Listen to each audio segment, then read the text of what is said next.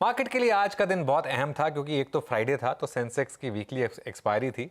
दूसरा, कल जो मार्केट को चोट लगी थी बड़ी वाली, मार्केट उससे उबरने की कोशिश कर रहा था और एक समय तो ऐसा लगा कि मामला ख़राब हो गया। मार्केट में निफ्टी 19,600 के नीचे और बैंक निफ्टी 300 से ज़्यादा पॉइंट नीचे, इनफैक्ट 400 पॉइंट नीचे एक समय पर हो गया था। और तब ऐसा लग रहा था कि ये अब करेक्शन की शुरुआत हो चुकी है क्योंकि हम 20 डे एक्सपोनेंशियल मूविंग एवरेज के काफ़ी करीब आ गए हैं। फिर आखिरी घंटे में एक मिराकुलस रिकवरी, और उस रिकवरी को लीड किया आईसीआईसीआई बैंक ने। और इसकी सिग्निफिकेंस इसलिए है आईसीआईसीआई बैंक की क्योंकि एचडीएफसी बैंक लगातार वीक हो रहा है और आज भी एचडीएफसी बैंक डे लो पर बंद हुआ, लेकिन उसके सामने आईसीआईसीआई बैंक डे हाई पर बंद हुआ। ये एक बहुत पॉजिटिव खबर है और आज मार्केट ने एक बहुत ही क्रूशियल लेवल बचाया, 20 डे मूविंग एवरेज। ध्यान रखिएगा, पहला टेस्ट 20 डे मूविंग एवरेज का नॉर्मली सक्सेसफुल होता है। तो अब अगर आप कल एक इंडेक्स पर ट्रेड ले रहे हैं, मंडे मतलब कल नहीं, मंडे को एक इंडेक्स पर ट्रेड ले रहे हैं, तो ध्यान रखिएगा आज सीरीज का पहला दिन था और लो से रिकवरी हुई आखिरी के आधे घंटे में। एक बहुत अच्छा सेटअप आपको दे दिया मार्केट ने। अब आज का लो आपका स्टॉप लॉस होगा। अब बस आज का लो स्टॉप लॉस है, उसके हिसाब से ट्रेड लीजिए और मंडे को एक लॉन्ग ट्रेड ट्राई करेंगे, अगर चलेगी तो बहुत अच्छी चलेगी। ये हो गई इंडेक्स के बाद। अब आते हैं कुछ इंडिविजुअल स्टॉक्स पर जहां पर आज अच्छे मूव्स थे।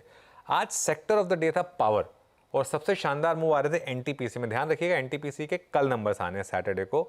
आज एक सीएलएसए की रिपोर्ट आई थी जिसमें वो काफ़ी पॉजिटिव थे। एनटीपीसी 3-3.5% ऊपर था।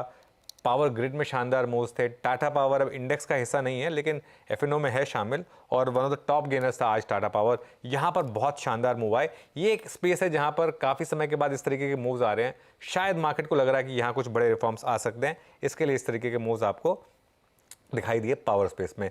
एबीबी भी थोड़ा रिलेटेड प्ले ही है कैपिटल गुड्स वगैरह में, वहाँ भी करीब 3% की आज आपने रैली देखी। तो ये थे आज के कुछ चुनिंदा स्टॉक्स जिन्होंने अच्छा किया। उसके अलावा मारुति के नंबर्स आने मंडे को, मारुति भी आज फोकस में था। उसके अलावा कहाँ पर ट्रैक्शन था आज?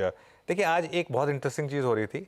एलआईसी हाउसिंग फाइनेंस में आज गेंस थे और जैसा कि हम 2 दिन पहले भी डिस्कस कर रहे थे, कैनफिन होम्स जहां पर अब मार्केट का कॉन्फिडेंस बिल्कुल भी नहीं है फ्रॉड आने के बाद। हालांकि फ्रॉड का अमाउंट बहुत बड़ा नहीं था लेकिन वो प्रोसेसेस सिस्टम्स को लेकर एक रिस्क क्रिएट करता है। इसके लिए आज कैनफिन होम्स में फिर डिक्लाइन और उसका फायदा मिला एलआईसी हाउसिंग को, जहां पर आज थोड़ी सी बाइंग थी। एक्साइड के नंबर्स आए, नंबर शायद मार्केट को कोई बहुत खास लगे नहीं, इसके लिए आज वो स्टॉक जो है थोड़ा सा प्रेशर में था। लॉरस लैब्स में हुआ क्या था कि लॉरस लैब्स में प्री पोजिशनिंग हो गई थी नंबर से पहले। नंबर्स खराब थे, गाइडेंस खराब थी, लेकिन फिर भी कल स्टॉक नहीं गिरा था। क्यों? क्योंकि प्री पोजिशनिंग हो गई थी। लेकिन क्योंकि फंडामेंटली नंबर्स खराब थे इसके लिए आज स्टॉक गिरा और आज स्टॉक अच्छा गिरा। यहाँ पर इस स्टॉक में आज हमने अच्छी खासी पिटाई देखी। उसके अलावा एक सेक्टर जो अच्छे नंबर्स के बाद भी पिट रहा है वो है ऑयल मार्केटिंग कंपनीज। बीपीसीएल बहुत शानदार नंबर्स के बाद गिरा और आज आईओसी भी बहुत शानदार नंबर्स के बाद गिरा और उसका कारण बहुत सिंपल है। मार्केट को लग रहा है कि ये बस अब हो गया इन कंपनियों का। इन्होंने $70-75 का क्रूड देख लिया, रशिया से लोअर क्रूड का एडवांटेज मिल गया, सब कुछ हो गया।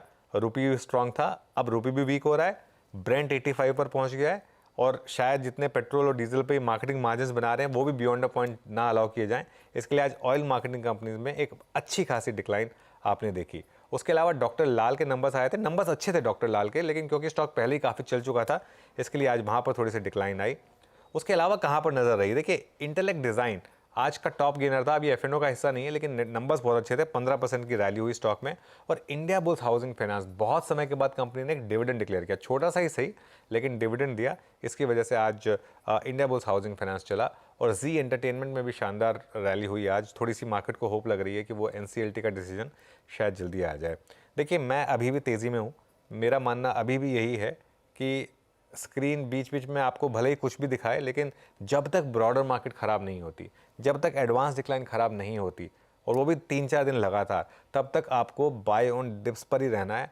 और ये मार्केट को 2 दिन लगेंगे ये सारी की सारी डिक्लाइन को वापस अरेस्ट करके ऊपर जाने के लिए। तो अभी तेज़ी में ही रहें जब तक मार्केट आपको कोई मैसेज ना दे कि नहीं अब वो तेज़ी का सौदा जो है वो ख़त्म हो रहा है। और अपना वीकेंड एंजॉय करिए और मंडे को फिर मिलेंगे।